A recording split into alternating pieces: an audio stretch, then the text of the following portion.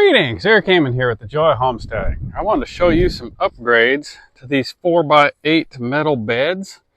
So the supports that come with them are really pretty cheesy. And you know, a lot of these, they want you to put them up at the very top bolt. So what ends up happening is in your garden beds, you have these pieces of metal that are above the soil line. So what I've done here is I've taken and I put all the supports on there. So the bottom ones are underneath the wood. This is supposed to be the top ones. And then I've taken a piece of 1/2-inch EMT tubing. This is just the stuff you run electrical wires through.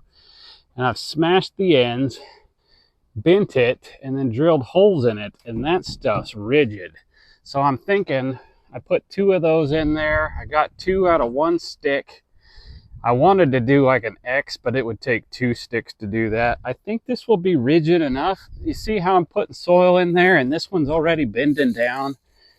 I guarantee that 1/2-inch EMT tubing is not going to bend.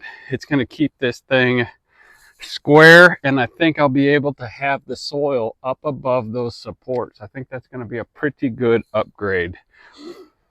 You want to make sure before you fill your bed, I put just a bunch of rotten wood in as good as I can. Think about stubbing in a plumbing pipe for irrigation. If you put your pipe on the inside, you can weed eat right up against the edge of that and keep it a clean look around the outside of it.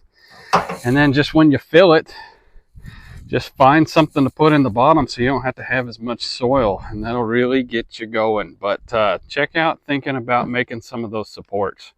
I think that's a pretty awesome upgrade to these beds.